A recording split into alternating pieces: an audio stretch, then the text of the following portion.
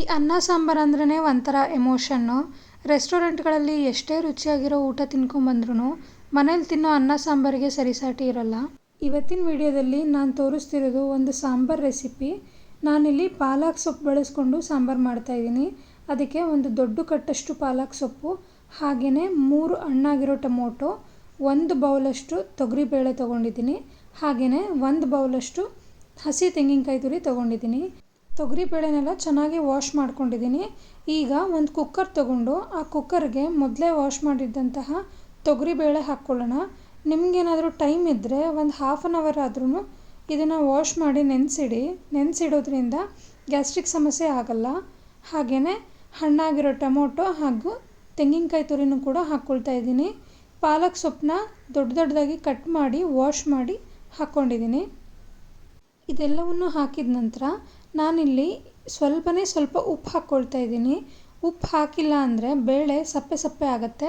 ಹಾಗಾಗಿ ಬೇಯಲಿಕ್ಕೆ ಸ್ವಲ್ಪ ಉಪ್ಪು ಹಾಕಬೇಕು. ಹಾಗೆಯೇ ಖಾರಕ್ಕೆ 1.5 ಸ್ಪೂನಷ್ಟು ಖಾರದ ಪುಡಿ ಹಾಕ್ಕೊಂಡಿದ್ದೀನಿ.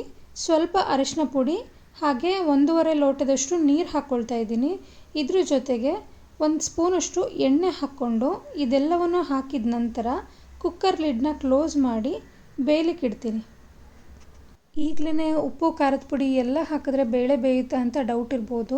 ಖಂಡಿತವಾಗ್ಲೂ ಬೇಯುತ್ತೆ, ಡೌಟೇ ಬೇಡ. ಮೀಡಿಯಮ್ ಫ್ಲೇಮಲ್ಲಿ ಇಟ್ಕೊಂಡು 2 ವಿಷಲ್ ಬರೆಸ್ಕೊಂಡ್ರೆ ಸಾಕಾಗತ್ತೆ. ಈಗ ಪ್ರೆಷರ್ ಹೋಗಿದೆ, ಲಿಡ್ ಓಪನ್ ಮಾಡಿ ನೋಡೋಣ.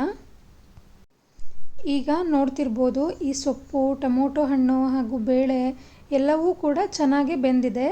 ಈ ಹಂತದಲ್ಲಿ ಈ ಸಾಂಬಾರಿಗೆ ಇನ್ನೂ ಏನು ಬೇಕಾಗತ್ತೆ ಅದನ್ನು ಕೂಡ ಸೇರಿಸ್ಕೊಳ್ಳೋಣ. ನಾನಿಲ್ಲಿ ಸ್ವಲ್ಪ ಹುಣಸೆ ಹಣ್ಣಿನ ರಸನ ಸೇರಿಸ್ಕೊಳ್ತಾ ಇದ್ದೀನಿ. ಹಾಗೆಯೇ ಸ್ವಲ್ಪ ಬೆಲ್ಲ ಹಾಕ್ಕೊಳ್ತಾ ಇದ್ದೀನಿ. ಬೆಲ್ಲ ಆಪ್ಷನಲ್ಲು, ನಿಮಗೆ ಬೇಡ ಅಂದರೆ ಸ್ಕಿಪ್ ಮಾಡ್ಬೋದು. ಹಾಗೆ ಸಾಂಬಾರು ಪುಡಿ 1.5 ಸ್ಪೂನಷ್ಟು ಹಾಕ್ಕೊಳ್ತಾ ಇದ್ದೀನಿ. ಇದು ಮನೇಲೇ ಮಾಡಿರೋ ಸಾಂಬಾರು ಪುಡಿ. ಇದರಲ್ಲಿ ಮೆಣಸಿನ್ಕಾಯಿ ಪುಡಿ ಮಿಕ್ಸ್ ಆಗಿರಲ್ಲ. ಹಾಗಾಗಿ ನಾನು ಮೆಣಸಿನ್ಕಾಯಿ ಪುಡಿ ಮೊದಲೇ ಹಾಕ್ಕೊಂಡಿದ್ದೀನಿ. ಈಗ ಇದನ್ನೆಲ್ಲ ಮಿಕ್ಸ್ ಮಾಡಿ ಪಕ್ಕಕ್ಕೆ ಎತ್ತಿಟ್ಕೊಂಡು ಒಂದು ಪಾತ್ರೆಗೆ ಒಗ್ಗರಣೆ ಹಾಕ್ಕೊಳ್ಳೋಕ್ಕೆ ಸ್ವಲ್ಪ ಎಣ್ಣೆ ಬಿಸಿ ಆದ ನಂತರ ಸಾಸಿವೆ ಹಾಕ್ಕೊಳ್ಳೋಣ. ಸಾಸಿವೆ ಸಿಡ್ದಾದ ನಂತರ ಸ್ವಲ್ಪ ಕರಿಬೇವು ಎಲೆ ಹಾಕ್ಕೊಂಡು ನಾನಿಲ್ಲಿ 1 ಮೀಡಿಯಮ್ ಸೈಜ್ ಈರುಳ್ಳಿನ ಸ್ವಲ್ಪ ದೊಡ್ಡದಾಗಿ ಕಟ್ ಮಾಡಿ ಇಟ್ಕೊಂಡಿದ್ದೀನಿ. ಹಾಗೆ ಒಗ್ಗರಣೆಗೆ ಬೇಕಿರೋಷ್ಟು ಉಪ್ಪು ಹಾಕ್ಕೊಂಡು ಇದೆಲ್ಲವನ್ನು ಚೆನ್ನಾಗಿ ಮಿಕ್ಸ್ ಮಾಡ್ಕೊಳ್ಳೋಣ. ಈಗ ಸ್ವಲ್ಪ ಈರುಳ್ಳಿ ಕಲರ್ ಚೇಂಜ್ ಆಗಿದೆ. ಈ ಹಂತದಲ್ಲಿ ಬೇಯಿಸಿಟ್ಟಿದ್ದಂತಹ ಬೇಳೆನೂ ಕೂಡ ಇದಕ್ಕೆ ಸೇರಿಸ್ಕೊಳ್ಳೋಣ. ಈ ಹಂತದಲ್ಲೇ ನೀರು ಹಾಕ್ಕೊಂಡು ಸಾಂಬಾರು ಕನ್ಸಿಸ್ಟೆನ್ಸಿನ ಅಡ್ಜಸ್ಟ್ ಮಾಡ್ಕೊಳ್ಳೋಣ. ನಾನಿಲ್ಲಿ 1/4 ಲೋಟದಷ್ಟು ನೀರು ಹಾಕ್ಕೊಂಡಿದ್ದೀನಿ. ಈಗ ಇದನ್ನೆಲ್ಲವನ್ನು ಚೆನ್ನಾಗಿ ಒಂದ್ಸಲ ಮಿಕ್ಸ್ ಮಾಡಿಕೊಂಡು ಇದನ್ನು ಒಂದು 5 ನಿಮಿಷ ಬಿಡೋಣ. ಅಷ್ಟರಲ್ಲಿ ಸಾಂಬಾರು ಕುದಿಲಿಕ್ಕೆ ಸ್ಟಾರ್ಟ್ ಆಗುತ್ತೆ. ಆ ಹಂತದಲ್ಲಿ ಉಪ್ಪು ಖಾರ ಏನಾದರೂ ಬೇಕಿದ್ದರೆ ನೋಡಿಕೊಂಡು ಹಾಕ್ಕೊಳ್ಳೋಣ. ನನಗಿಲ್ಲಿ ಸ್ವಲ್ಪ ಉಪ್ಪು ಕಡಿಮೆ ಅನ್ನಿಸ್ತಾ ಇತ್ತು, ಹಾಗಾಗಿ ಉಪ್ಪನ್ನ ಹಾಕ್ಕೊಂಡು ಮಿಕ್ಸ್ ಮಾಡ್ಕೊಳ್ತಾ ಇದ್ದೀನಿ. ಬೇಳೆ ಸೊಪ್ಪು ಎಲ್ಲವೂ ಕುಕ್ಕರಲ್ಲೇ ಚೆನ್ನಾಗಿ ಬೆಂದಿರೋದ್ರಿಂದ ಜಾಸ್ತಿ ಹೊತ್ತು ಕುದಿಸೋ ಅವಶ್ಯಕತೆ ಏನಿಲ್ಲ. ಒಂದೇ ಒಂದು ಕುದಿ ಬಂದ್ರೂ ಸಾಕು. ಈ ಸಾಂಬಾರು ಮುದ್ದೆ ಜೊತೆ ಆಗಲಿ ಅನ್ನದ ಜೊತೆ ಆಗಲಿ ತುಂಬಾ ಚೆನ್ನಾಗಿರುತ್ತೆ. ಬ್ಯಾಚುಲರ್ಸ್ ಕೂಡ ಆರಾಮವಾಗಿ ಮಾಡ್ಕೋಬೋದು. ತುಂಬಾ ಈಸಿ ಕೂಡ, ಹಾಗೆ ಟೈಮ್ ಕೂಡ ಜಾಸ್ತಿ ತಗೊಳ್ಳಲ್ಲ. ಈಗ ಈ ಸಾಂಬಾರು ಕುದಿಲಿಕ್ಕೆ ಸ್ಟಾರ್ಟ್ ಆಗಿದೆ. ಈ ಥರ ಒಂದ್ಸಲ ಚೆನ್ನಾಗಿ ಮಿಕ್ಸ್ ಮಾಡಿಕೊಂಡು ಫ್ಲೇಮ್ ಆಫ್ ಮಾಡಿಕೊಂಡು ಲಿಡ್ ಕ್ಲೋಸ್ ಮಾಡಿದ್ರೆ ಸಾಂಬಾರು ರೆಡಿ ಆಯಿತು.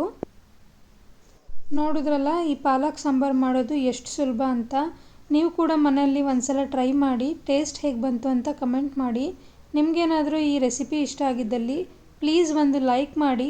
ಬಿಸಿ ಬಿಸಿ ಅನ್ನದ ಜೊತೆ ತುಪ್ಪ ಹಾಕ್ಕೊಂಡು ಈ ಸಾಂಬಾರು ಜೊತೆ ತಿಂತಿದ್ರೆ ಎಷ್ಟು ಚೆನ್ನಾಗಿರುತ್ತೆ. ಅರ್ಧ ಗಂಟೆ ಟೈಮ್ ಸ್ಪೆಂಡ್ ಮಾಡಿ ಸಾಂಬಾರು ಮಾಡಿದ್ದಕ್ಕೂ ಸಾರ್ಥಕ ಆಗುತ್ತೆ. ಇನ್ನೂ ಯಾರೆಲ್ಲ ಸಬ್ಸ್ಕ್ರೈಬ್ ಮಾಡದೆ ನೋಡ್ತಾ ಇದ್ದೀರಾ ಪ್ಲೀಸ್ ಸಬ್ಸ್ಕ್ರೈಬ್ ಮಾಡಿಕೊಂಡು ನೋಡಿ.